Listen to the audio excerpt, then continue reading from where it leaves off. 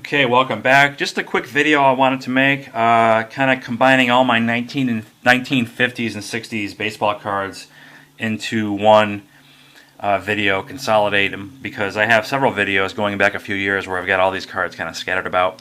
I'm not really going to focus so much on the Manos. They're only making an appearance here because they're from the 50s and 60s, but I have a handful of PSA and non-PSA cards just to show real quick.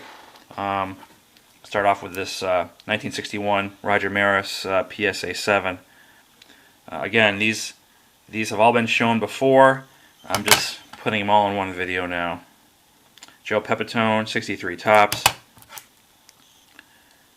Bobby Richardson, 61 tops. Here's a 64 tops Whitey Ford, PSA 7. Here's a Jackie Robinson, 1956, PSA 7. Here's Hammer and Hank Aaron rookie card in PSA 4, 1953 tops. Here's another nice one, Roger Maris rookie card, PSA 6.5, 1958 tops. I'm not sure how well this is coming out, but hopefully you can see them all right. Here's a 57 tops Billy Martin, back when I would buy the grade, not the card. And what I mean by that is I wanted a PSA 7 57 Martin, and I bid on the grade without paying attention to the centering, and now centering is a lot more important to me when I'm buying cards.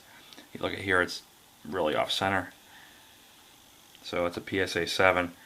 Probably would be a PSA 9 OC if this card took a qualifier.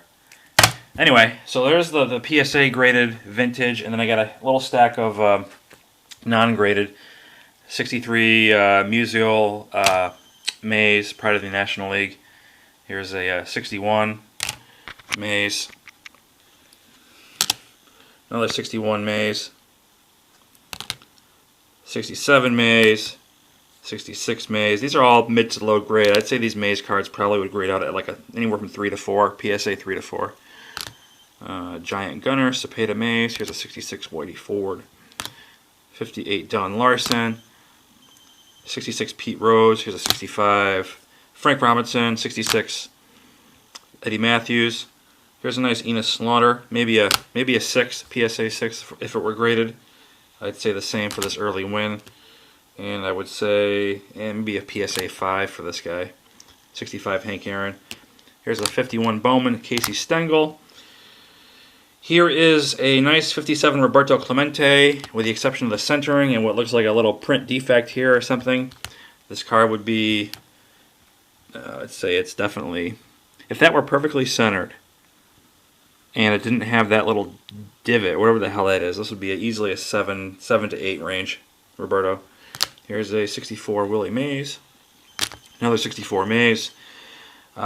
Same deal for this Ernie Banks Flawless, with the exception of the centering. So this might be like a PSA, maybe PSA 8 OC, maybe a 9 OC. The Williams not so much, because there's a little surface wrinkle here, and some of the corners are rounded a little bit more than the others. This Frank Robinson is really sharp. I would say maybe that little lower left-hand corner touch might keep it out of an 8 holder. But other than that, it's a super card. Here's a 69 Mercer. This is a nice 58 Banks. Looks like you probably eat a 6 any day of the week, PSA 6.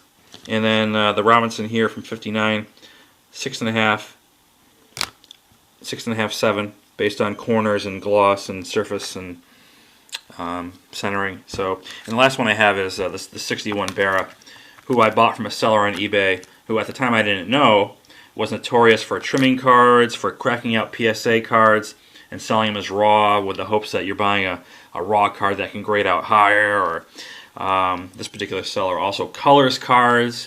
It's all been documented. If you go over to the Collectors Universe message boards, I'm not going to say who it is, but I will never buy cards from this seller again. I paid 80 bucks for this a few years ago. It's probably trimmed. Who knows? It looks great, but like I said, the seller is notorious for trimming and doctoring cards. So if I were to send this to PSA, I wouldn't be surprised if it came back altered or something like that.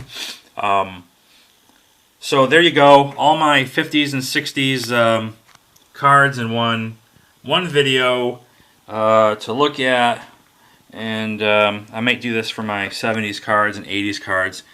Nothing new here, folks. Just rehashing old shit, consolidating them all into one common video. Thanks for watching. Stay tuned. More to come.